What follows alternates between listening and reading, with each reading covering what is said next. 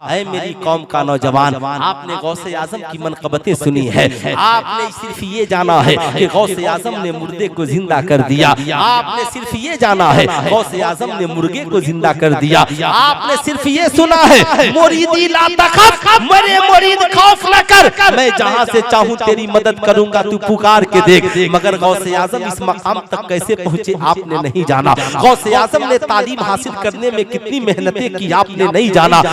आज कौम का हर अमीर गरीब बच्चा आज मेरी इस गुफ्तगू को सुनेगा और सुनने के बाद अपनी अगर सपोर्ट हो, बात बेहतर लगे तो हाथ उठाकर सुभान अल्लाह जरूर कहेगा।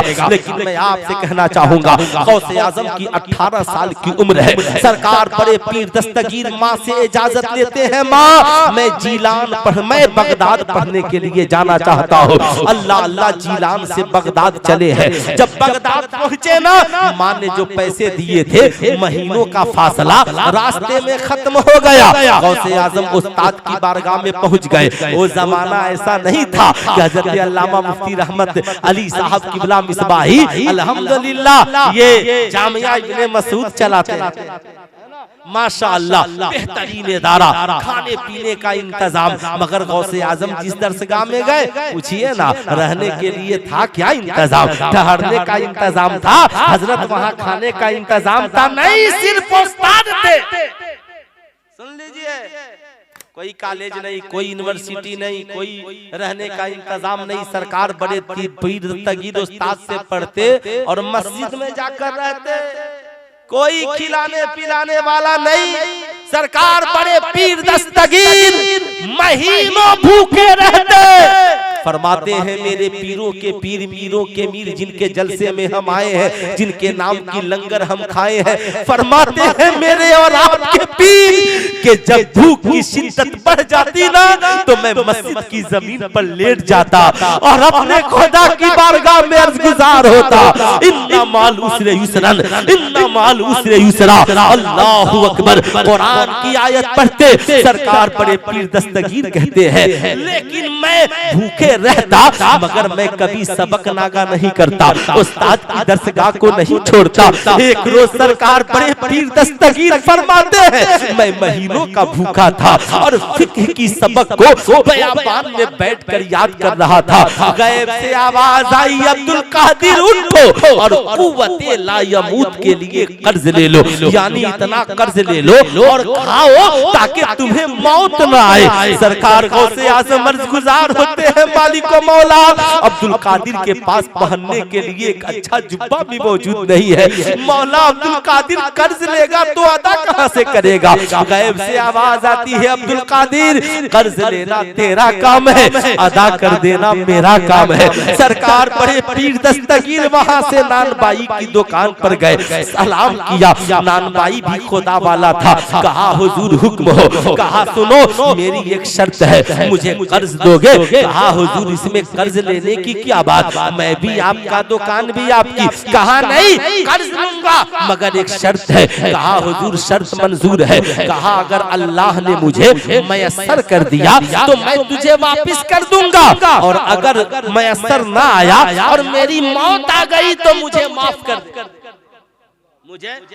कर देना, और रोजाना मुझे 1.5 रोटियां कर्ज देना। कितनी रोटियां? 1.5 रोटियां कर्ज देना। नानबाई की आंखों में आंसू आ गए। सरकार ये 18 साल की जवानी और 1.5 रोटियां कहाँ है? आधी सुबह, आधी दोपहर, आधी रात।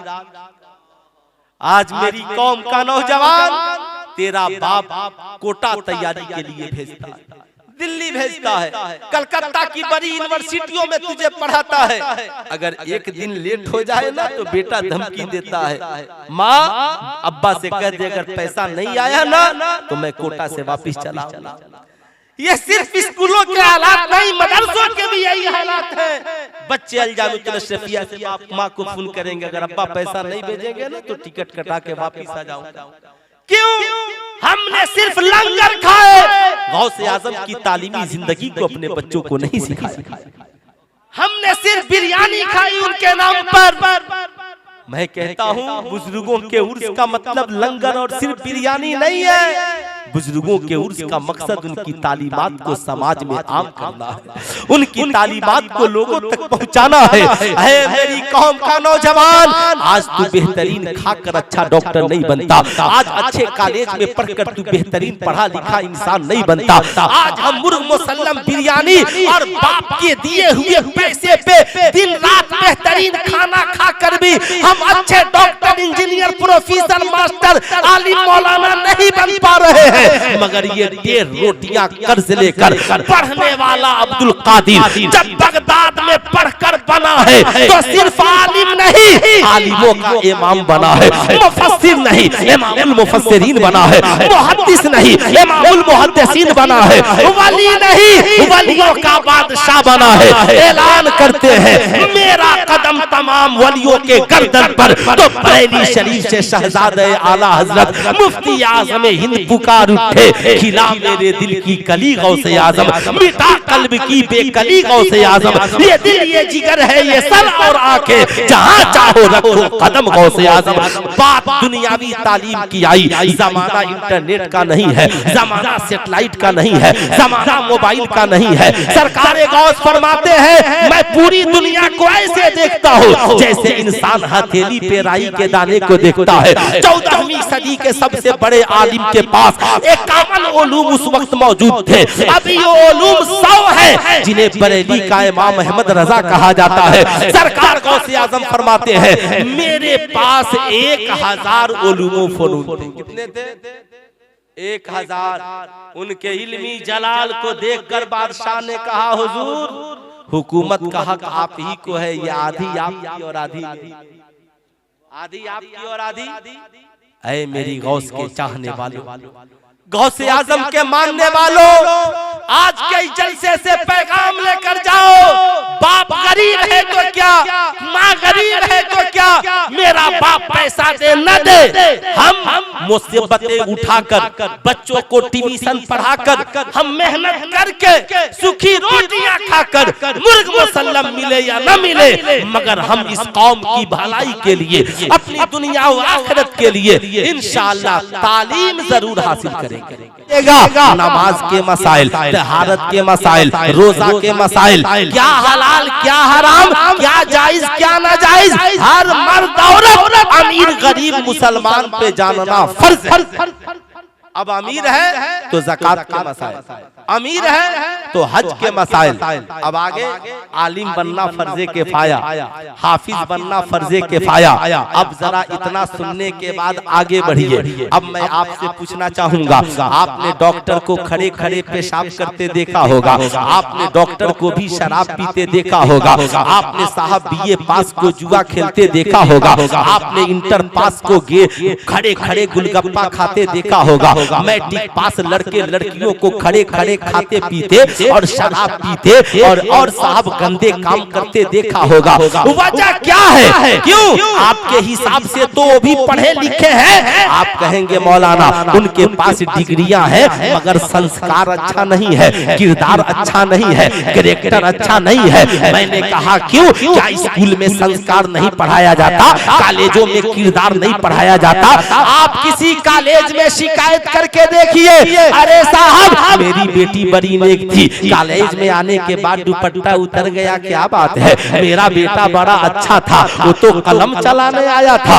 ये बंदूक कब से चलाने लगा? कॉलेज का प्रिंसिपल कहेगा घर जाओ, हम किताबें पढ़ाने आए हैं, तेरे बच्चों को संस्कार पढ़ाने नहीं आए, किरदार पढ़ाने नहीं आए। मगर हमारी कौम का कोई भी बच्चा अगर आलिम की एक महफिल में चला जाए या जुमा के दिन तकरीर सुनने चला जाए या बच्चे बच्चियां मदरसे में पढ़ने चले जाएं, तो हमारा आलिम उसे कुरान पढ़ाता भी है और नबी का किरदार सिखाता भी है, बताता है माँ के कदमों के नीचे जन्नत है, बाप जन्नत का दरवाजा है, बेटा खड़े होकर खाना पीना जानवरों का तरीका है, बैठकर खाना पीना इंसानों का तरीका है, शराब पीना हराम है, जुआ खेलना हराम है, ज़ना करना हराम है, सट्टा लगाना हराम है। याद रखना बगैर निकाह के किसी औरत से मोहब्बत करना नाजायज है। अगर मोहब्बत करनी है तो माँ से करो, बाप से करो, बहन से करो, भाई से करो, और मोहब्बत करनी है तो निकाह के बाद अपनी बीवी से कर।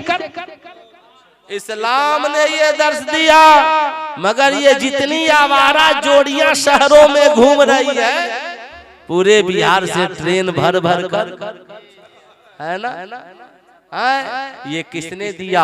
इसलिए मैं कहूंगा आपके पास सारी दुनिया की डिग्रियां हो, अगर नबी की सीरत आपकी जिंदगी में नहीं है तो आप कभी अच्छा इंसान बन नहीं सकते। इसलिए मैं आपसे पूछना चाहता हूँ, बुरा मत मानिएगा, सब लोग अपने घर में मिलाद मनाते हैं ना? अरे हाथ उठाएं, कितने लोग मिलाद मनाते हैं? सब मनाते हैं। 10-10 बार मनाए होंगे, जिंदगी में 20-20 बार मनाए होंगे, लाख 1.5 लाख अब तक तो खर्च किए ही होंगे, मगर एकदम बुरा मत मानिएगा, मेरी बात का नहीं ना मानिएगा।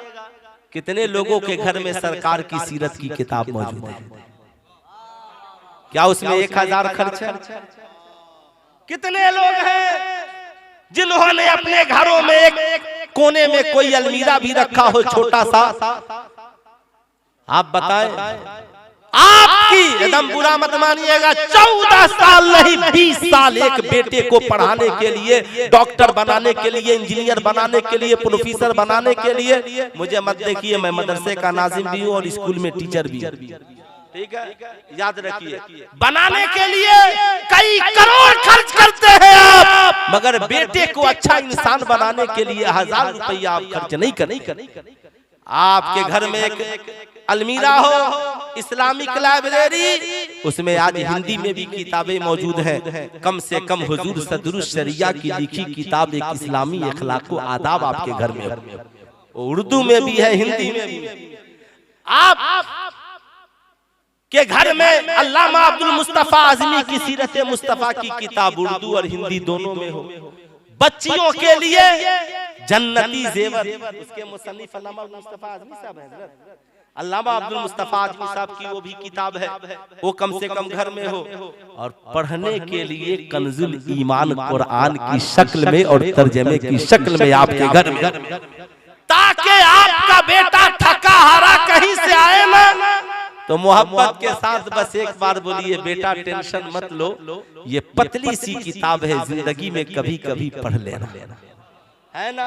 अपनी बेटियों से पढ़ाओ, बड़े पैसे खर्च करते हैं आप, बड़े बड़े शायर और खतीबों को आपने बुलाया, मेरे ऊपर भी गुलाम जिलानी भाई ने बहुत पैसे खर्च किए होंगे, कई बार फोन लगाया, टेंशन में पड़े रहे, कब आइएगा कब जाइएगा, है ना।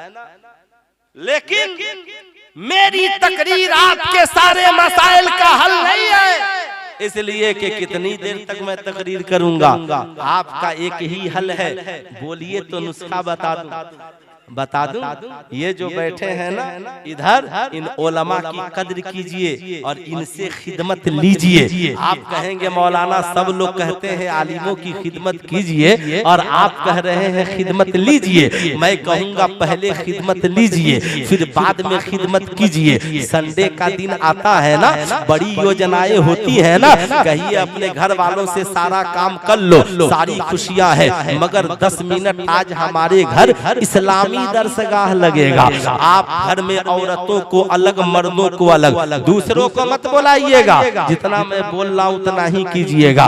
आप कहिए मुफ्ती साहब की बुला, आज चाय की दावत मेरे घर, बस ज्यादा काम नहीं है, बस आज एक ही बात बताकर चले जाइएगा, सब माइंड सेटअप करके अच्छा से बैठ जाइए, मुफ्ती साहब को बैठा दीजिए, चाय रख दीजिए, हुजूर आज मर्दों को भी वजू का तरीका बता दीजिए, औरतों को भी वजू का तरीका बता दीजिए।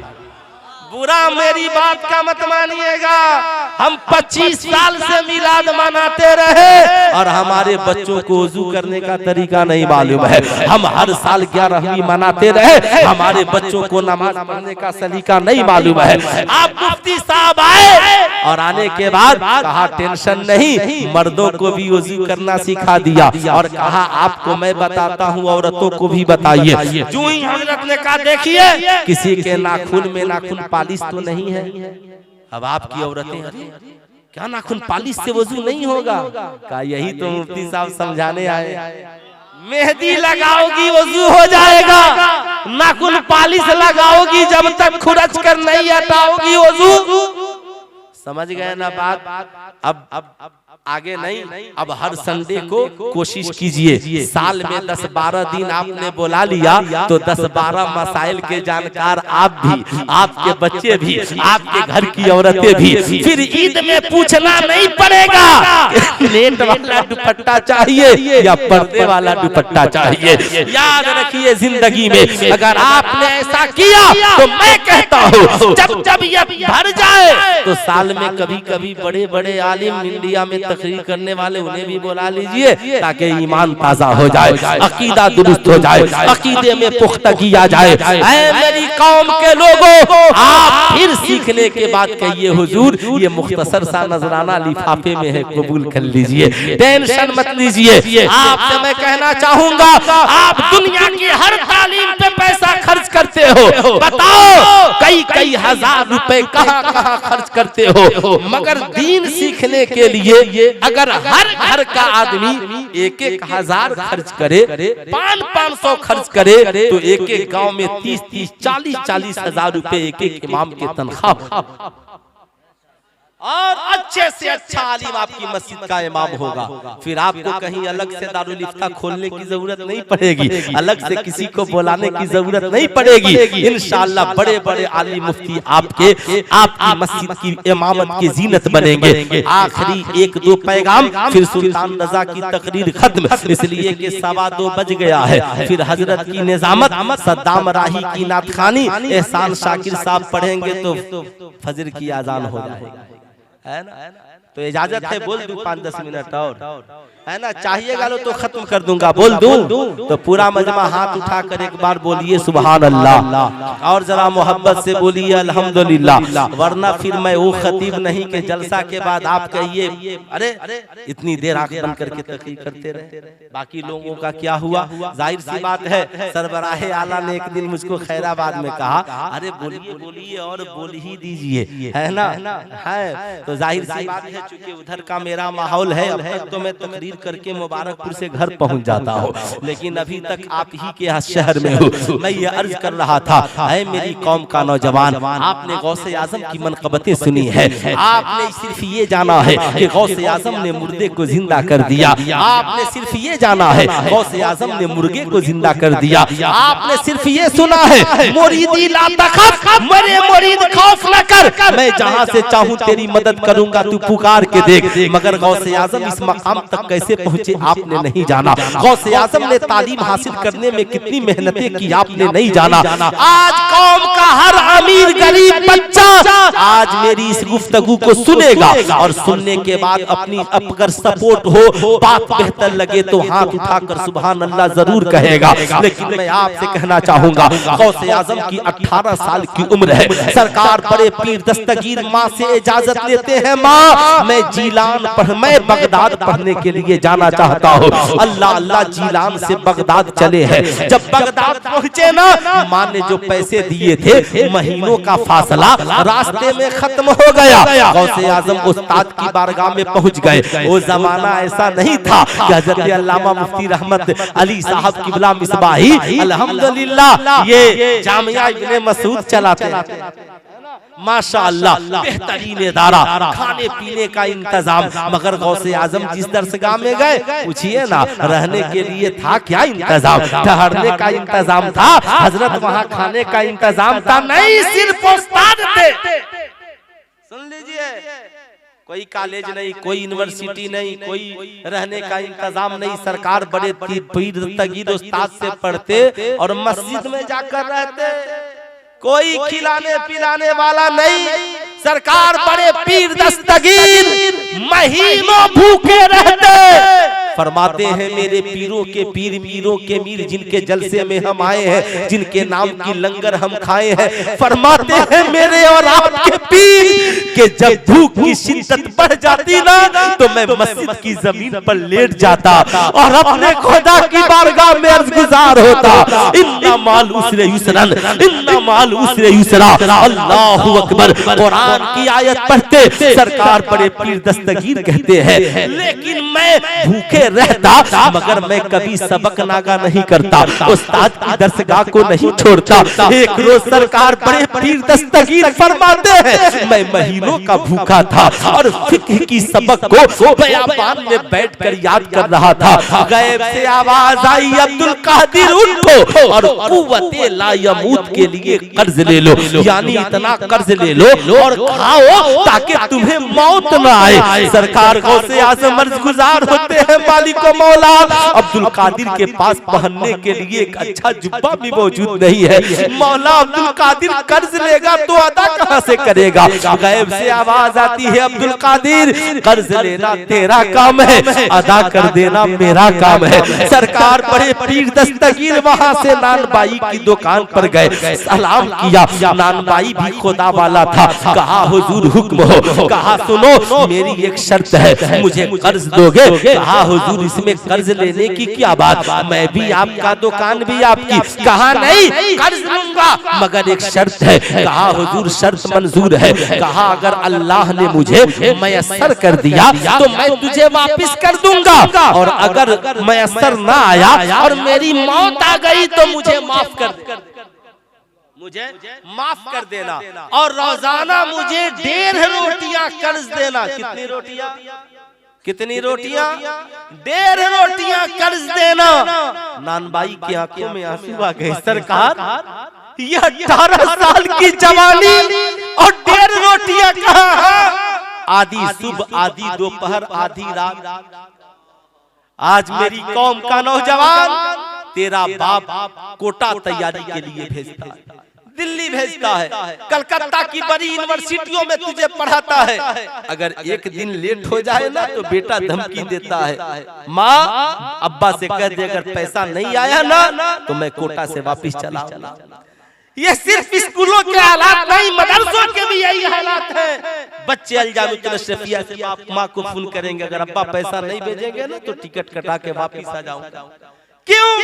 हमने सिर्फ लंगर खाए, गौसे आजम की तालीमी जिंदगी को अपने बच्चों को नहीं सिखाया। हमने सिर्फ बिरयानी खाई उनके नाम पर। मैं कहता हूँ बुजुर्गों के उर्स का मतलब लंगर और सिर्फ बिरयानी नहीं है। बुजुर्गों के उर्स का मकसद उनकी तालीमात को समाज में आम करना है, उनकी तालीमात को लोगों तक पहुंचाना है। मेरी कौम का नौजवान, आज तू बेहतरीन खाकर अच्छा डॉक्टर नहीं बनता, आज अच्छे कॉलेज में पढ़कर तू बेहतरीन पढ़ा लिखा इंसान नहीं बनता। आज हम मुर्ग मुसल्लम बिरयानी और बाप के दिए हुए पैसे पे दिन रात बेहतरीन खाना खाकर भी हम अच्छे डॉक्टर, इंजीनियर, प्रोफेसर, मास्टर, आलिम, मौलाना नहीं बन पा रहे हैं।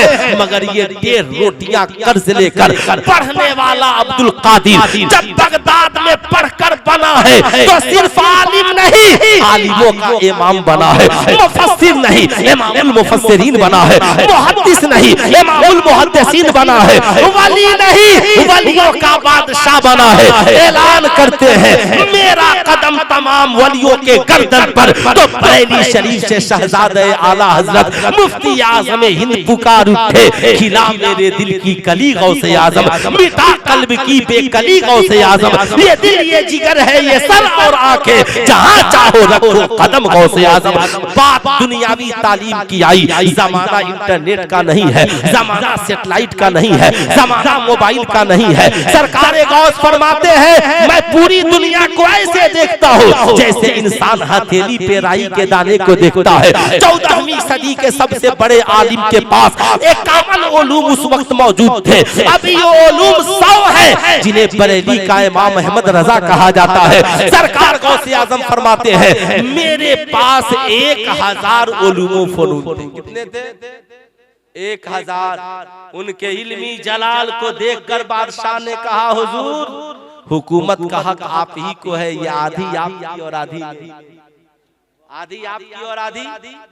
ऐ मेरी गौस के चाहने वालों, गौसे आजम के मानने वालों, आज के जलसे से पैगाम लेकर जाओ, बाप गरीब है तो क्या, माँ गरीब है तो क्या, मेरा बाप पैसा दे न दे, हम मुसीबतें उठाकर बच्चों को ट्यूशन पढ़ाकर, हम मेहनत करके सुखी रोटियां खाकर, मुर्ग मुसल्लम मिले या न मिले, मगर हम इस कौम की भलाई के लिए, अपनी दुनिया और आखिरत के लिए इंशाअल्लाह तालीम जरूर हासिल करेंगे। इंशाअल्लाह करेंगे। सिर्फ पढ़ने वाले नौजवान हाथ उठाए। इंशाअल्लाह भूखे प्यासे भी रहने की जरूरत पड़ी तो रहेंगे ना इंशाअल्लाह। इधर नौजवान हाथ नहीं उठा रहे हैं, रहेंगे ना। आप पढ़ो, मेरी कौम के शहजादों, याद रखना, या पबजी से जी चुराओ, कितनी लाशें अपनी बिछाने के लिए तैयार हो।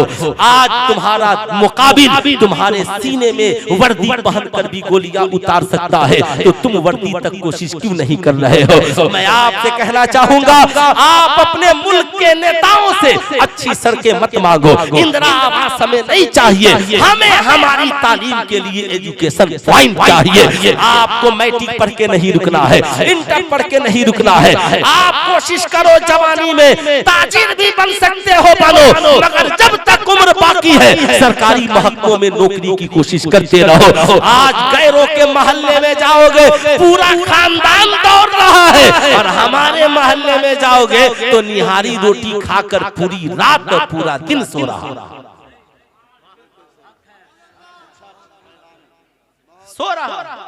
आज अफसोस है। इसलिए मैं कहूंगा मदरसे के बच्चों से भी आप भी बीच में तालीम न छोड़ें, अच्छा आलिम बने, अच्छे मदारिस में आप रहे।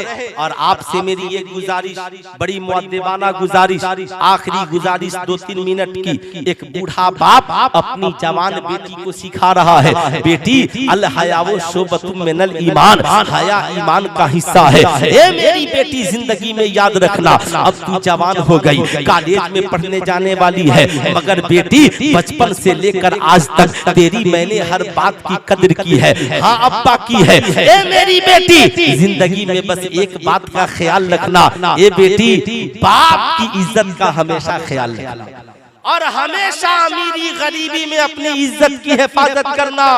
बेटी बड़ी पढ़ी लिखी थी, समझदार थी, कल होकर हिजाब लगाया, पढ़ने के लिए पहुंच गई। कॉलेज की आवारा सहेलियों ने कहा, ओल्ड मॉडल हो, पुराने ख्याल की लड़की हो, पुराना ज़हन लेकर आ गई। रोते हुए घर गई। बाप बूढ़ा था, बाप ने कहा, बेटी क्यों रो पड़ी? गले से लगाया, पेशानी को बोसा दिया, बगल में बैठाया, बेटी ने सारी बातें बता दी। बाप ने कहा, बेटी मैं ज्यादा पढ़ा लिखा इंसान नहीं हो, मगर ये मेरी बेटी, तेरा बाप कम पढ़ा लिखा है, मुफ्ती साहब होते तो दलीलें बहुत देते, मगर मेरे पास एक दलील है। ये बाप ने जेब से एक मिठाई निकाली, टॉफी, कहा, बेटी इसे पहचानती हो? कहा, हाँ बाप, जब से मैंने होश संभाला है, आप जब भी बाहर से ड्यूटी से आते हो मेरे लिए ये टॉफी लेकर आते हो। बाप ने कहा, बेटी इस टॉफी को अभी खाना मत। बाप ने आहिस्ता से टॉफी के ऊपर का कवर उतारा, उतार कर प्लास्टिक उतार कर कवर उतार कर मिठाई को मेज पे रख दिया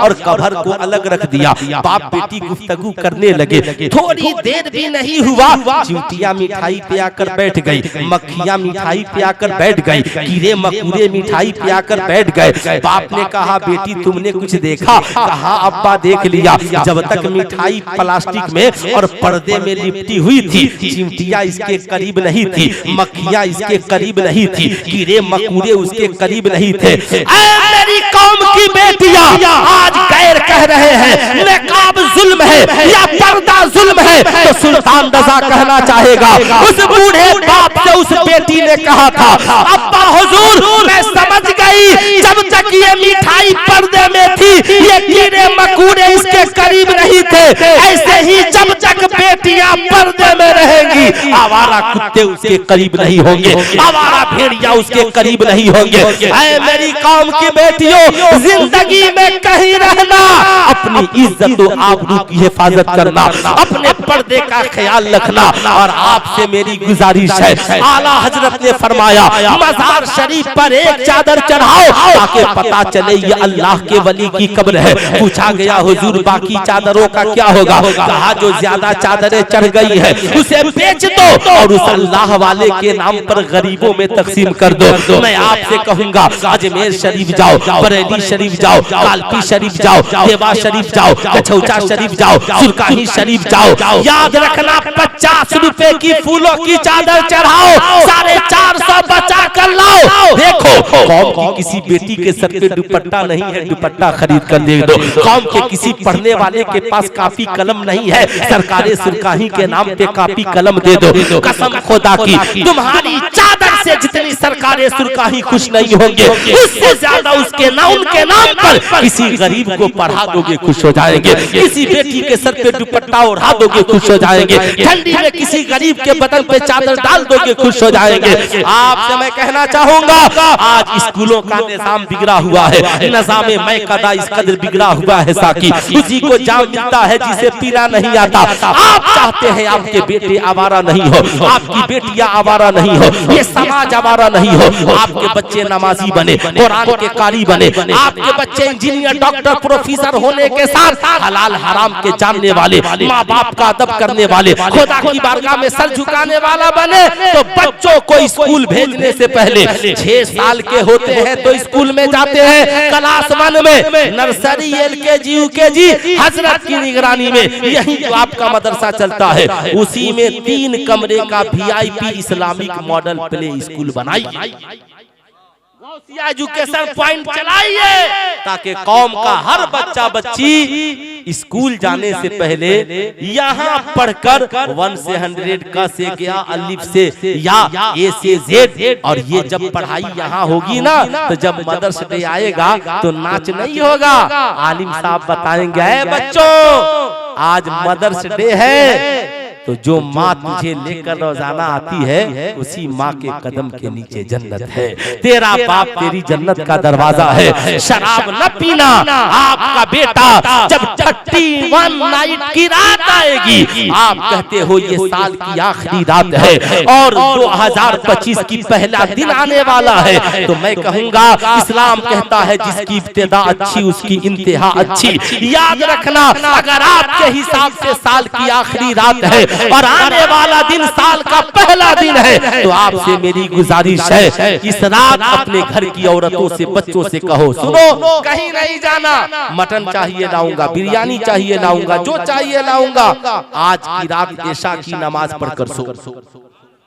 चलो सरकार की महफिल सजी है, रात को कुरान की तिलावत कर लो और सब अलार्म लगा लो, आज फजर की नमाज जरूर पढ़ो ताकि साल की आखिरी रात भी इबादत में हो और साल का पहला दिन भी, अरे हाथ उठाकर बोले पहला दिन भी इबादत में हो। मिलाद बहुत मनाते हैं, मिलाद वाले मुस्तफा को भी मनाइए, उनके मनाने का तरीका ये है हजरत पीर साहब को मनाने के लिए आप वो करते हैं जो पीर साहब को पसंद, उसे छोड़ देते हैं जो पीर साहब को पसंद नहीं है। हुजूर को भी राजी करने का यही तरीका है। कुरान ने कहा मा ताकुमुर रसूल फखुजू व मा नहाकुम अन्हु फंतहू, हुजूर जो दे उसे ले लो, जिससे रोके उसे रुक जाओ। हुजूर को जो पसंद है उसे इंशाअल्लाह हम करेंगे, हाथ उठाकर बोले इंशाअल्लाह हम, और हुजूर को जो पसंद नहीं उसे छोड़ देंगे। हुजूर को नमाज पसंद है पढ़िए, हुजूर को कुरान की तिलावत पसंद है पढ़िए, हुजूर को रोजा पसंद है रखिए, हुजूर को माँ बाप की खिदमत पसंद है कीजिए, हुजूर को आलिमों की मोहब्बत पसंद है कीजिए, हुजूर को इल्मे दीन पसंद है आप इल्मे दीन हासिल कीजिए, हुजूर को सच्चाई ईमानदारी पसंद है इस पे अमल कीजिए, हुजूर को गरीबों को खिलाना भूखों को पानी पिलाना यतीमों से मोहब्बत करना पसंद है कीजिए, और हुजूर को शराब पसंद नहीं छोड़ दीजिए,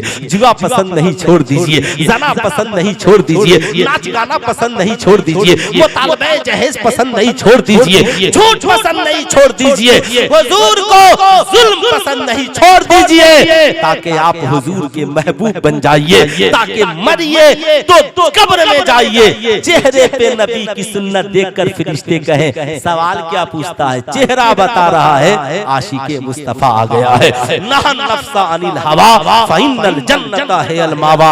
आप कामयाबी चाहते हो तो अपने नफ्स को गुनाहों से रोक दो, जन्नत की बहारें तेरे लिए है।